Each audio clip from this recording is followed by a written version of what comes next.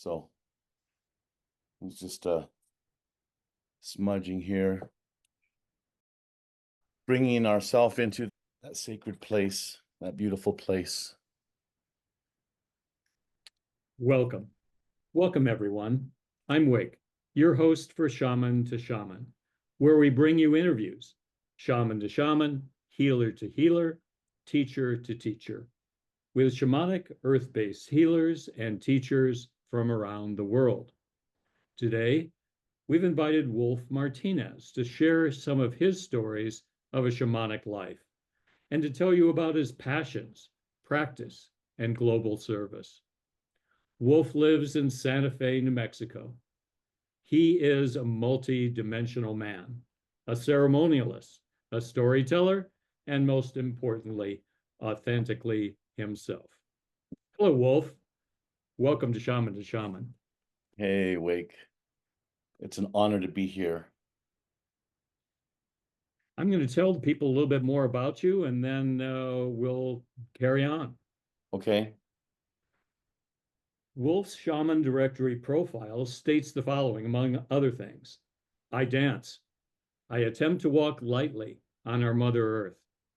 I'm on a journey of discovery, expansion, and I seek to see joy and love in everything.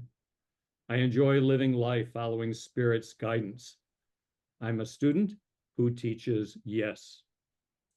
Wolf's practice as a healer combines shiatsu, breath work, and indigenous shamanic approaches to his medicine. His practice is called transformational body therapy. He offers sessions and facilitates retreats, gatherings, and intensives. He runs sweat lodges, offers vision quests, commitment ceremonies, cleansings, and the like. Wolf truly leads a ceremonial life, and we're going to learn more about and from him during our time today. We hope that what Wolf shares will resonate with you and impact your life in a meaningful way, and that today's discussion will inspire you to add shamanic wisdom and healing sessions to your life. Shaman to Shaman is brought to you by Shamans Directory, a dynamic online resource for earth-based shamans to share themselves, offer medicine, build community, and change the world. To learn more, you can visit online at shamansdirectory.com, across social media, and on our YouTube channel at Shamans Directory. Today, I am truly honored to welcome Wolf Martinez to introduce himself to the Shamans Directory community. Welcome, Wolf. How would you like to begin? Thank you, Wake. Wow. That's a mouthful there. Listening to that bio, so many things jump out. First and foremost, yes, my name is Wolf Martinez. I'm coming to you from outside of Santa Fe, New Mexico, in the foothills, born and raised in Denver, Colorado, of Diné, Ute, and Spanish ancestry. Two-spirited, and first and foremost, and most importantly, human being. And that's who we are in the beginning, and that's who we are in the end. And, you know, these labels and titles, and over time, you know, over the years, I've identified as this and that and attached to different labels and identities. And I'm proud of all of them, and I love all of them. Yes, I'm a son, and I'm a father, and I'm a husband, and I'm a brother. Many things, not male, not female, but at times identified as male, two-spirit, gay. The list goes on, medicine keeper, wisdom keeper, ceremonialist.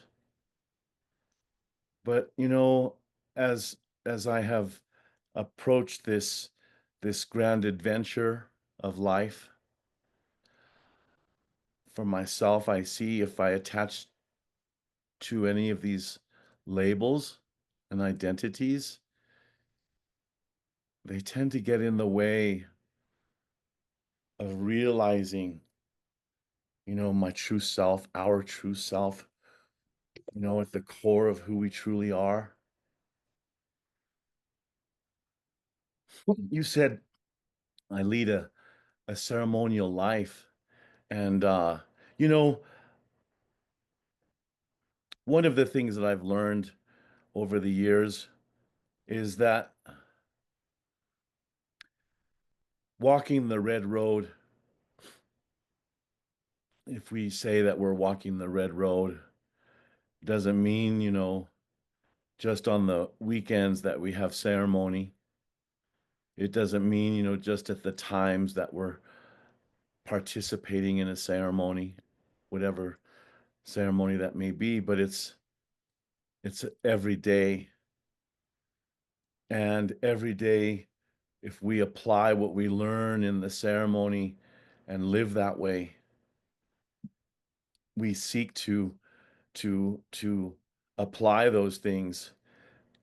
To me, that's really, how to walk the red road, to walk the walk, to wake up in the morning and give thanks for another day, start that conversation with our ancestors, with Great Spirit, Mother Earth, to reinforce that alignment and that relationship, looking in and sharing, whatever we're feeling in that humble and honest and courageous way, and setting a tone, for the day. Today, I want to laugh more. Today, I want to I want to love more, whatever it may be for that day. I want to deepen in my relationship with all that is. And and to end the day that way also, to end the day giving thanks. And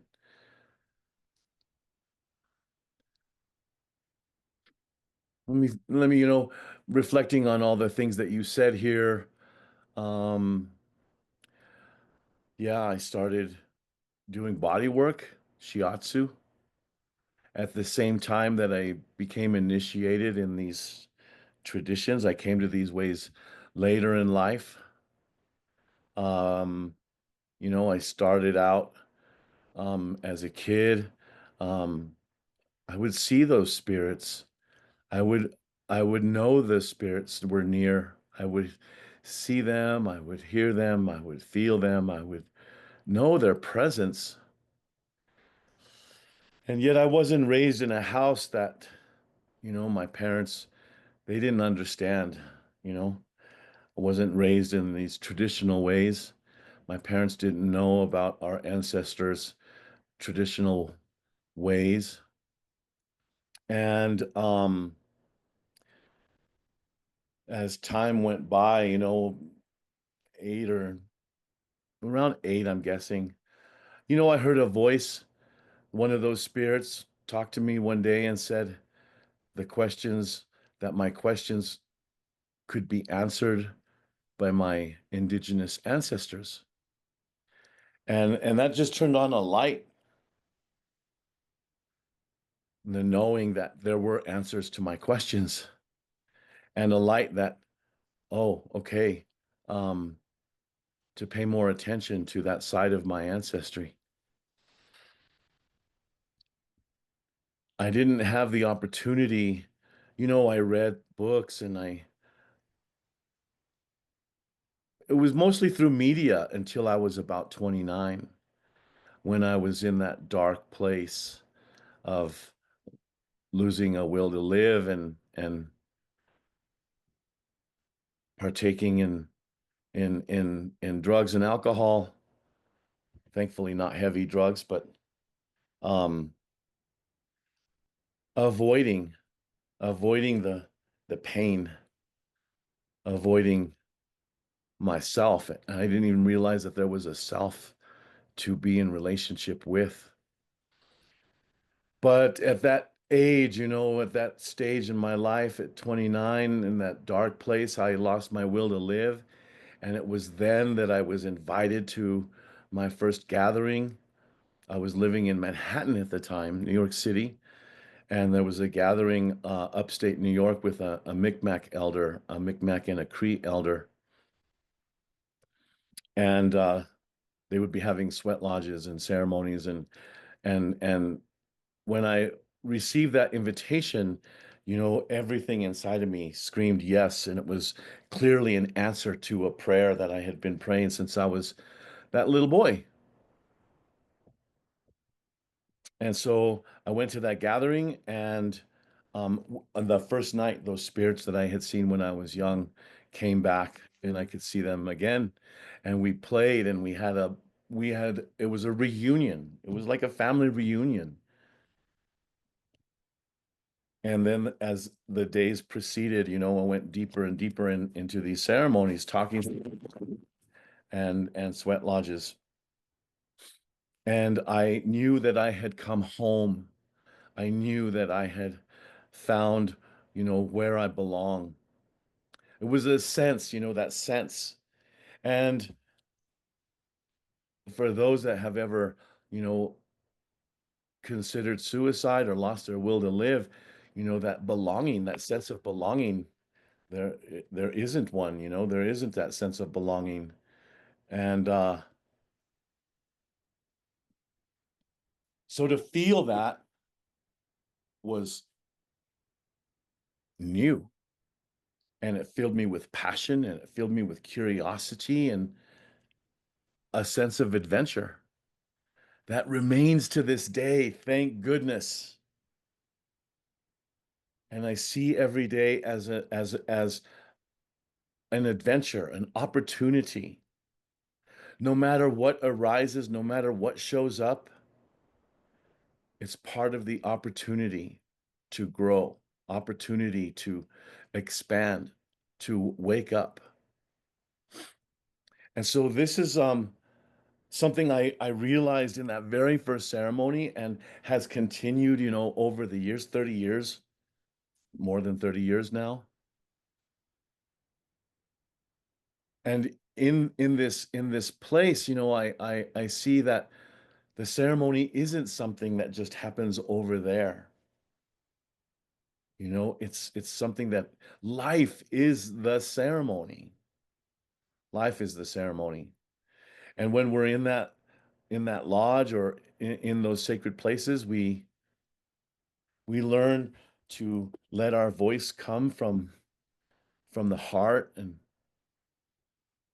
in a humble way, in an honest and respectful way, in a sometimes courageous way.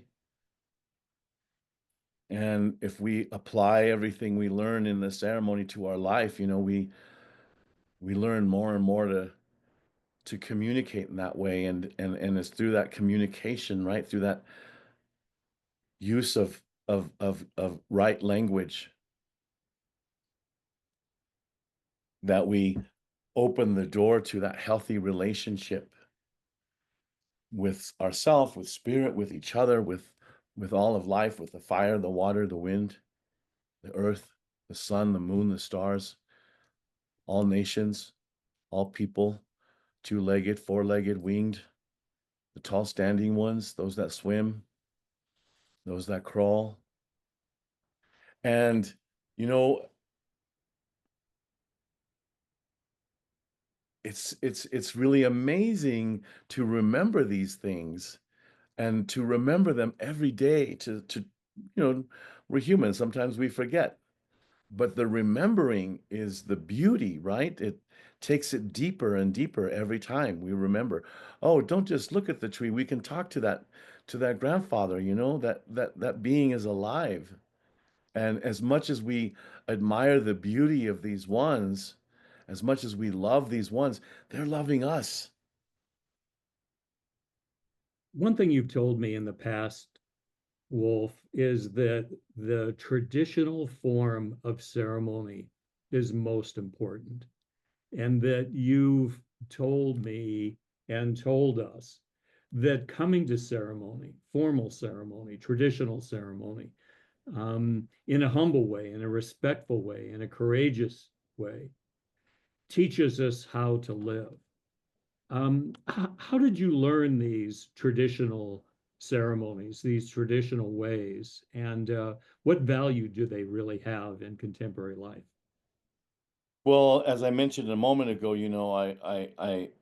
I became initiated at that age. Well, I went to my first ceremony at 29, and then I think I became initiated at 30. I knew I wanted to dedicate my life to these ways. And I met a Lakota elder at that time who has since passed, Harvey Yellowquill. And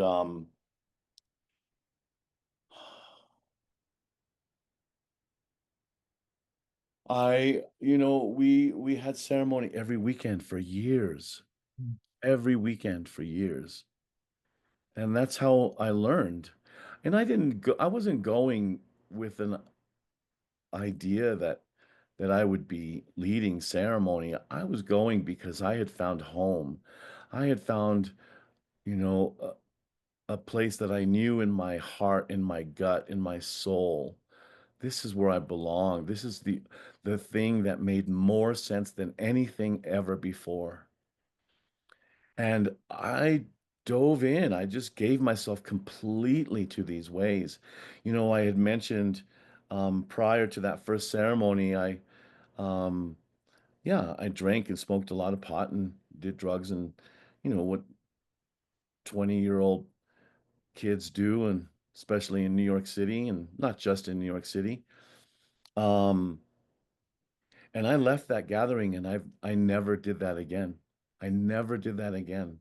Those things just fell away from me. I had this amazing cleansing, healing. My life turned around. I wonder if you'd share, Wolf, how you acquired your name and what significance it has for you now. Well, I was given a name uh, early on, right away, a spirit name, native name. I was given a name early on, and Wolf uh, is an abbreviation or a nickname of my name, which is a name that I only speak in ceremony and in prayer. Um, but that name Wolf, it took a few years. It was like something my teacher called me, and my Tiosh Paye, my family, my spiritual family. And then it slowly, kind of leaked out of our ceremonial circle and into the bigger world, and more people started calling me that, and um and it stuck, and that's how it is. That's how most people know me today. And how does it inform you now? How does it inform me? That's a good question. Hmm.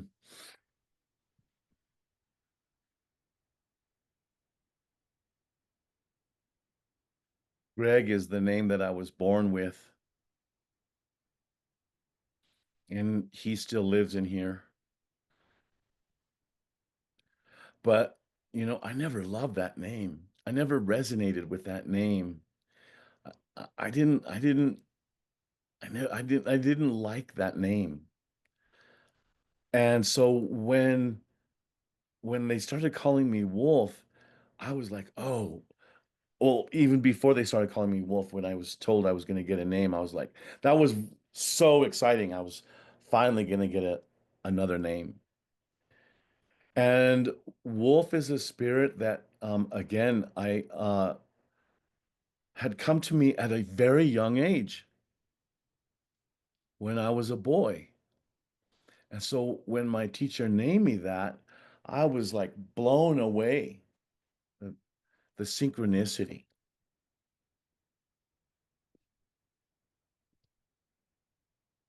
It's an embodiment.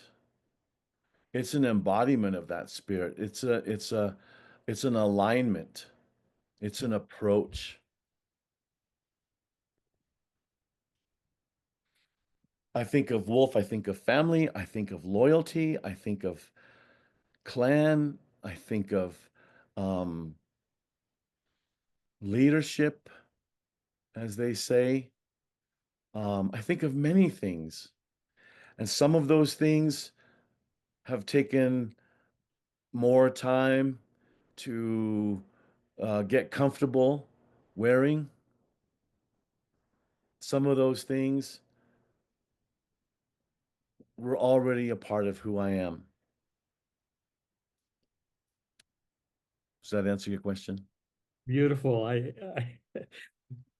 My wife reminded me today that this is the wolf full moon. So I thought, Uh, my goodness, how great to be speaking with a representation of this being.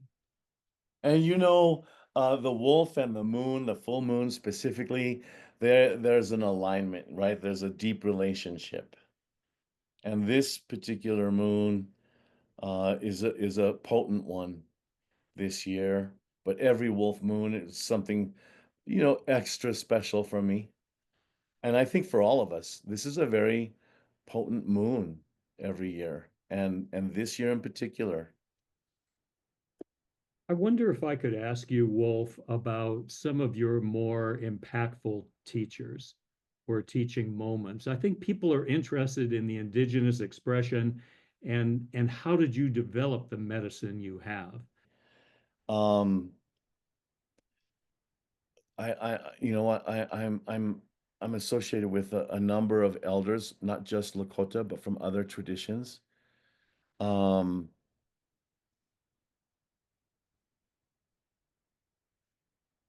the biggest thing is showing up. The biggest thing is being present, is commitment, is discipline. Spirit is ultimately is the teacher. Spirit is the teacher. And I'm sure you and others, have heard, the student or the teaching really happens when we start to teach. And the student, always remains, always remain the student. And I've learned so much from, going out on the hill and sitting out there for that time, fasting and praying that way. I've learned so much from going into the lodge and dancing our dances, and that's really the answer to that question. Yeah, there's been a lot of wisdom that's been passed down from my elders, and there's a long list, to name, but I mentioned the one that was my primary teacher, and um when we do these things together, we make relations. We're all related anyway. We're all related. There's one great spirit, one great father, father, son, mother earth. We're all related. But when we do these kinds of things together, that relationship, um uh yeah, we become relatives, right? Or we enhance that knowing. And I always refer to my Teosh Pae as brothers and sisters, and sometimes mother or grandmother or father or grandfather or nephew or niece or son, daughter. And there's ceremonies that we do to make relations in that way. But the biggest answer to your question, Wake, is really showing up and having that devotion, that commitment, that dedication. And you know, so often we get in our own way, and sometimes um we don't feel connected. Sometimes we're looking out there. We forget to look in here. And this is where the spirit is, right?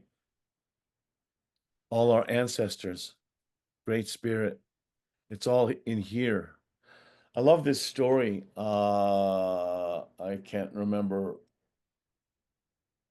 Oh, I can't remember where this story came from, who told this story first, but it's a story about great spirit says to creation, I have something that I need to hide from the humans, um, for them. They can't have this until they're ready. I need to hide this until they're ready. And it is the knowing that we create our own reality. And the eagle says, "Oh, give it to me. I'll put it on the moon." And creator says, "No, they're going to go there. They'll find it." And the whale says, "Give it to me. I'll put it at the bottom of the ocean." Creator says, "No, they're going to go there too. They'll find it there." And the buffalo says, "Give it to me. I'll bury it in the earth." Creator says, "No, they're going to find it there also." And the mole says, "I know. Put it inside of them. They'll never look there." And creator says, "Done." And that's what I do in the world, through ceremony, through private sessions, through one-on-one, whether it be on Zoom or in person, through body work or through prayer. The many ways, I do a lot of sessions on Zoom. Obviously, I can't do that physical work on Zoom, but this medium spirit doesn't exist in space or time. It's amazing things happen. I was skeptical at first with Zoom, but I've witnessed over and over again how potent it is to be able to sit with people around the world and share and feel and be touched and touch and be touched. Um, and that's what do I do? I do my best to just get out of the way and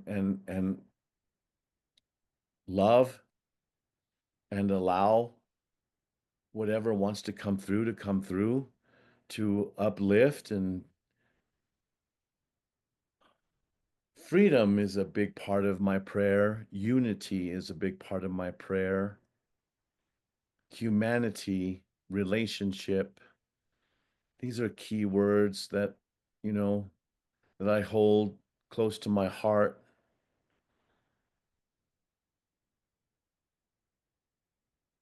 Well, Wolf, I my job is to connect you with the people and allow the people to connect with you. In that we have these opportunities to hear your wisdom, and I think it goes simply with your presence that meeting with you would be as valuable as the energy anyone could bring to this relationship. Say something, if you would, about an initial session with someone. If someone were to contact you, just, I don't want it to get smaller. I just want you describe something about the approach I just Mhm. get a feeling that you don't need a problem to talk to Wolf. It could be just a yearning to connect with an authentic indigenous voice. That's where I would start. Well, not everybody shows up because they have a problem or are hurting or are suffering. Some people show up because of those things, but other people show up because they just want to learn and grow. I don't want to say just, but they want to learn and grow. But the way I see it, no matter how we're showing up, we're always showing up, hopefully, because we want to grow and expand and evolve and become better people in this world. I often start my session, I always start my session off with a prayer. Um, Oftentimes a song or two or more, connecting in with that breath of life, connecting in with the spirit in the center of our being, and listen. It's so much about just listening to not just the words that the person is coming with, but the tone and the body language and the words between the words or the words underneath the words that aren't being spoken. Presence, just being fully present with somebody, I feel is one of the most loving things that we can do in this world. It's the one of the greatest ways to love is to just be fully present and listen with that refined ear. And based on whatever is being shared, then we take it from there. And sometimes people show up with something that is outside of my experience, something I've not experienced personally. But I always turn to the spirit and ask the spirit. Sometimes people show up with things that I've been through myself, and I can offer guidance, make suggestions based on how my elders guided me and how I have been able to move through those kinds of situations. But most often, or I should say every time, it's really about helping people connect with the spirit. You've said before, Wolf, that sometimes people are afraid to speak or afraid to be witnessed. Um, could you speak about that? And what is that fear about? And I would think that connecting with you would be opening to that vulnerability of being witnessed. Well, it's not just me, but if somebody's if I'm witnessing that somebody's being reluctant or hesitant or guarded, that doesn't have to do with me. That just reveals how they are in life, right? I'm just a mirror. And so if they're showing up that way, I mean, I've been that way. I know that place. I'm familiar with that place. I lived in that place, as I said, until I was 29. And at times, that shows up, has shown up in over the years at times. But I know that place, that lonely, scared. And so,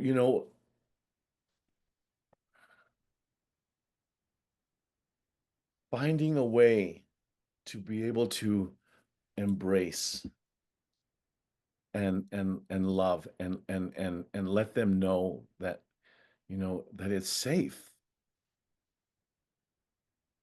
right? Because those walls of protection, they become our prison.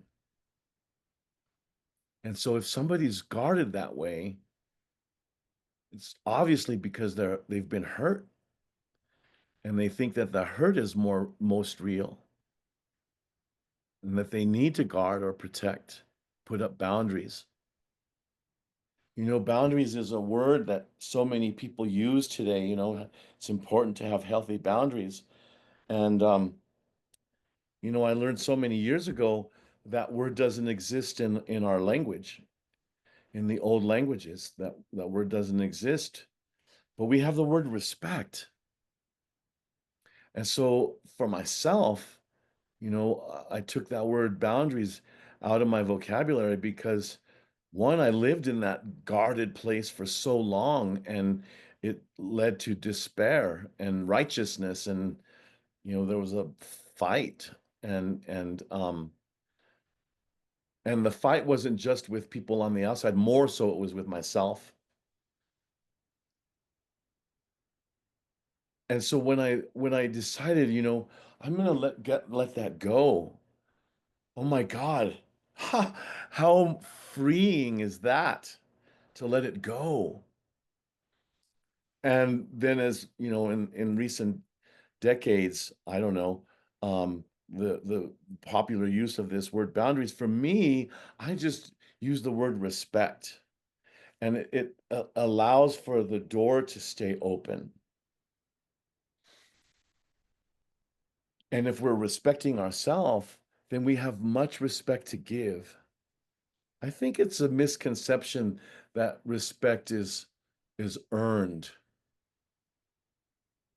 And respect comes from love. And I feel in this patriarchal society, so many people associate respect with fear, you know, fearing somebody. And that's not in how I understand and how I've been taught through these ways. Respect comes from love, and if we love ourselves and we respect ourselves, then we have much to give.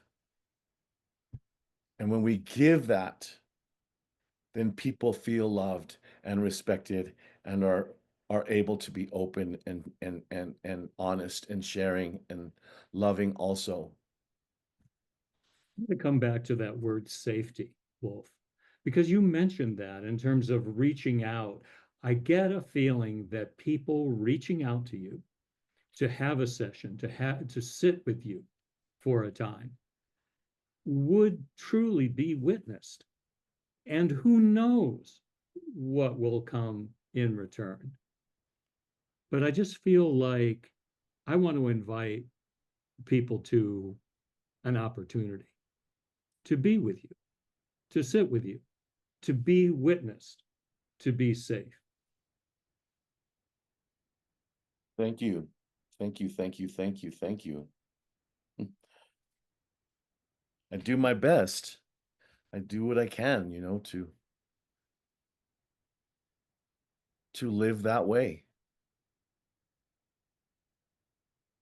and to recognize, you know, for me, not for me, for all of us, you know, it's to recognize when we put our guards up and to find the way inside to stay open anyway. And safety, you know, another word that is very important here is the word trust, right? And so if we don't feel trust, then we tend to put up the walls to create an illusion of safety. But I know from my experience, again, in ceremony and in session, I know from my experience that when we surrender into Mother's embrace, surrender into Spirit's embrace, relax. The word surrender to me means relax, get comfortable. To me, those words describe the same state of being. relax, comfortable, surrender. In that place, we're open to let ourselves out and to let the medicine in. And Could you that's the place where the change really happens. You spoke before, Wolf, about your own personal experience. Would your experience as a two spirit, would there be special guidance or offerings that would be available for this community, this experience? When you say this community, you mean the Shamans Directory community or you mean the Two Spirit community? I'm thinking initially of this two spirit community in reaching out to folks or folks having inquiries related to this You experience. know, we all have masculine and feminine within us. We all have that.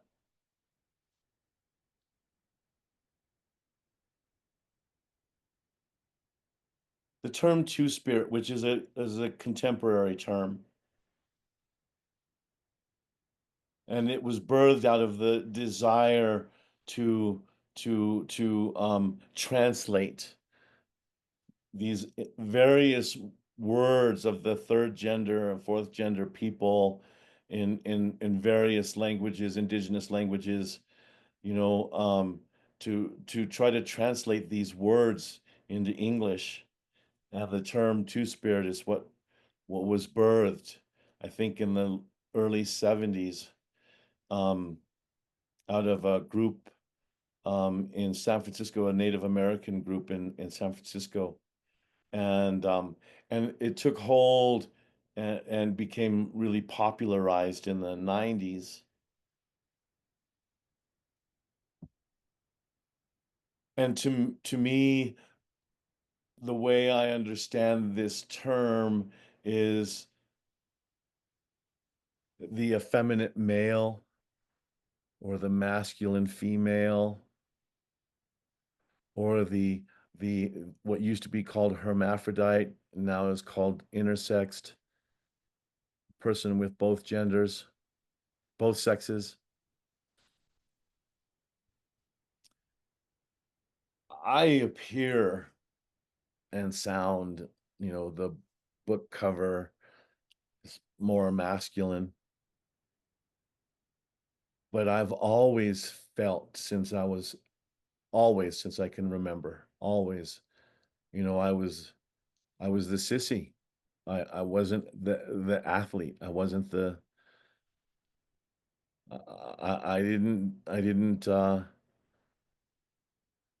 hmm, I wasn't like the other boys, and I knew that, at a young age.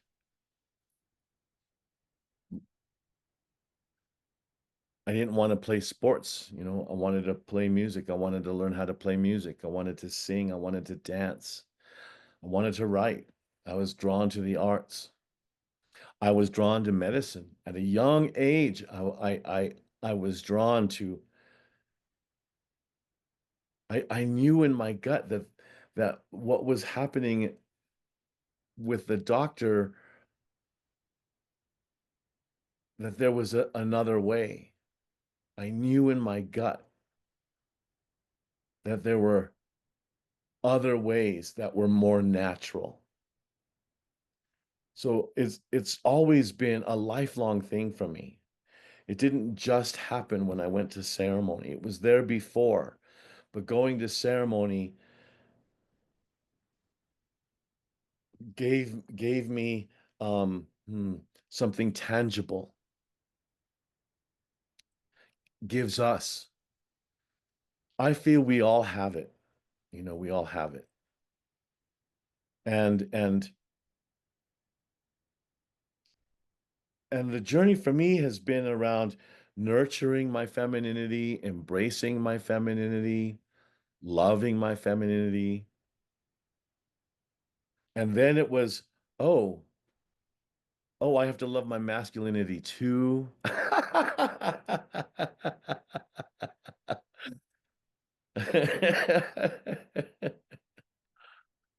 Well, I think we're each living in our own way untraditional lifestyles. We're all in a great experimental laboratory. And I feel like you could speak to the alternatives that live within us. Actually, well, there's something else coming up. And maybe it's not unrelated to what you just said, but you know, we're all born of the earth. You know, we're all made of the same stuff. We're all made of water and earth and fire and breath of life.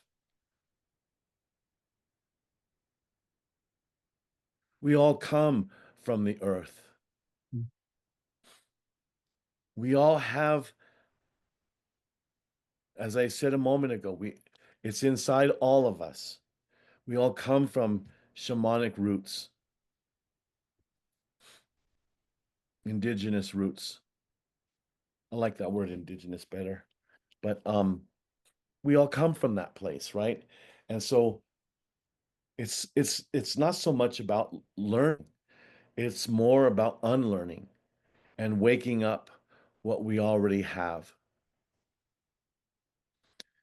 And you know, what do I do in the world? Well, I that's part of what I do in the world is help people to remember who they truly are, to remember, you know, um, our true self and the wisdom that we already carry, and to breathe more life into that place and to love that place and to, you know, yeah, get out of our head and get in our heart, get in our center, get in our spirit um and get in our body. As an elder wolf, what do you feel is coming for yourself? Where do you feel you're moving? What do you feel is drawing you now? You know, I already spoke that. Um, um, I feel it's not just a me thing, you know, it's a we thing. And we're in a time of prophecies being realized almost daily, right? All the time we're seeing prophecies manifesting, and that reveals where we are going. And where we are going is a time of great unity for all humanity with Mother Earth and Father Sky, with the energies and the spirits of the universe and nature, which to me are synonymous. Universe, nature, universe is part of nature.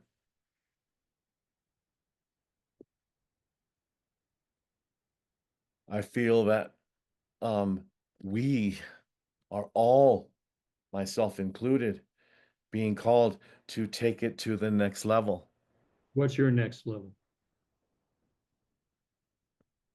It's that connection with creation and allowing myself and ourself to be more creative, to create more consciously, to know that with every word and every thought we are already creating, but so often we're not aware that we are creating or we're not aware of what we are creating. So to take that awareness that with every word and every thought, positive or negative, we're creating something. We're feeding the web of life. We're feeding and being fed. So what is next level is taking that awareness to the next level and to be that much more conscious, to be that much more clear, to be that much more, you know, aware that we have the choice. We have choice. It's one of the greatest gifts we've been given. Yeah, I feel fear. I feel sadness. I feel anger. But I'm aware that just because I feel that doesn't mean I have to feed that. I'm aware that I don't want to feed that. I know what I want to feed.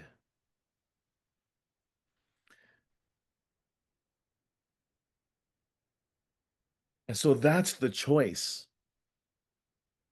And continuing to take that deeper and deeper,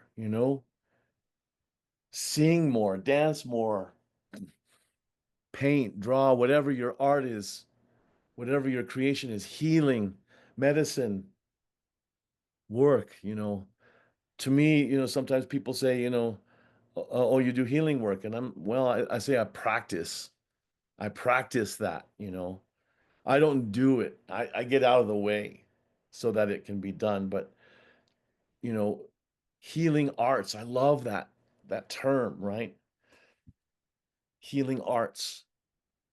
How can I how can I take that to the next level?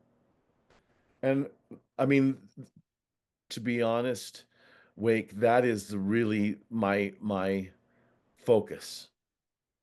How can I take medicine, doing medicine work, healing, helping, taking care, loving to the next level? How can I create more of that? I love what you say, Wolf, a deeper creativity, a deeper connectivity. And I know you're involved in communities. And one of the community you're involved in, and this proves the statement, is Shamans Directory community. And I know you believe in connection, of co-creation.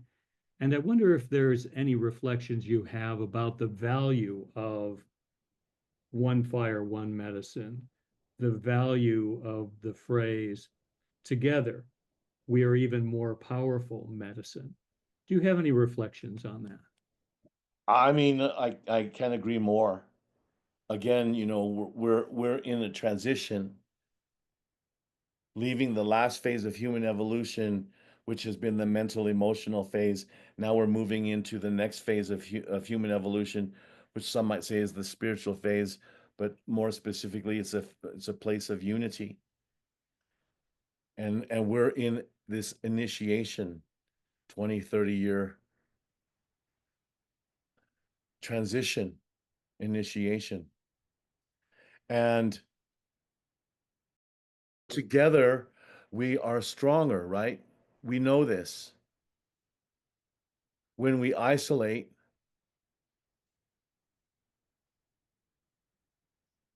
and I want to say something about that. Solitude is important and necessary for our growth. But if we do that too long or too much, we have to ask ourselves, are we isolating? Isolating is not healthy. Solitude is healthy, isolation is not. And in the old ways, we took 4 days to go sit out there in the forest to be with ourselves. And then we came and we served the community, right? We serve the people. We contribute to the well-being of the whole. And that's the old way. That's when we lived in matriarchal society. And these are ways that are being remembered by so many. More and more people are being called to these ways of remembering what I also mentioned earlier, where we come from and who we are, and at our core, what it means to be human. The eagle doesn't ask how to be an eagle, right? The oak tree doesn't ask how to be an oak tree. But somewhere along the line, a large portion of humans forgot what it means to be human. Thankfully, thankfully, there have been tribes, peoples that have retained that wisdom of our original instructions. and the instructions on how to be human and what we're here for and what we're here to do, which is, it's about being the caregivers, taking care of the earth and the fire and the water and the wind and the plants and the animals because we're dependent on them. They're not dependent on us. Taking care of each other, taking care of ourselves, taking care of our ancestors, taking care of spirit, not just asking spirit to take care of us, but asking what we can do to help take care of spirit too. Wolf, what a beautiful time it always is to be with you. Sometimes I feel like I just want to be quiet and listen to your voice wash over me. Oh, And I know that listeners will experience the same. As we close, for those who are drawn to work with you, for those who are drawn to foster a deeper relationship with spirit and have you as a guide, are there any words of wisdom? Are there any suggestions? Are there any messages that you'd I like? told a story. I told a story a few moments ago about, that wisdom, that knowing that we create our own reality, and that knowing is buried inside. How do we do that? How do we create our own reality? How do we do it, and how can we do it more consciously? And that is with right use of language, right use of our words, knowing that we're made of stories and questions, and every word that we use to ask those stories and ask those questions and tell those stories, every word, the earth and the fire and the water and the wind, the bones and the muscles and the organs and the cells and the DNA, everything is listening.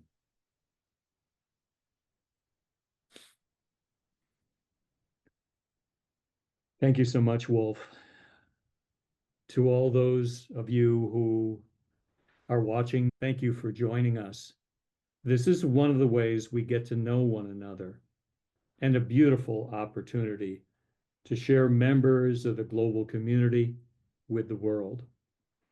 And Wolf, in your own authenticity and showing us your own reality and crafting an invitation for us to join you or to deepen our own work by association with you, I thank you. I thank you for your time, for your offerings, for your energy, for your blessings.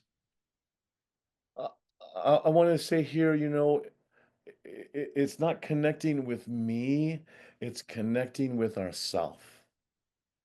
It's connecting with yourself.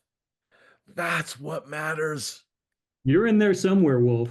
I can help you do that. Okay. Hopefully, I can do my best. That's what I love about you, Wolf, is that it's less about a protocol, even though you're schooled in the ancient indigenous ways. You have used that word freedom and you freed yourself up to be present, to draw all your resources to be present with people. I hear what you're saying. It's not for you, it's for everyone. Yeah. And there's so many out there to connect with. There's so many to connect with, but connect here first. And sometimes, we feel disconnected and we go, crawling or screaming to one of our elders and help me, I don't remember, or I forgot, or I didn't even know in the first place how. And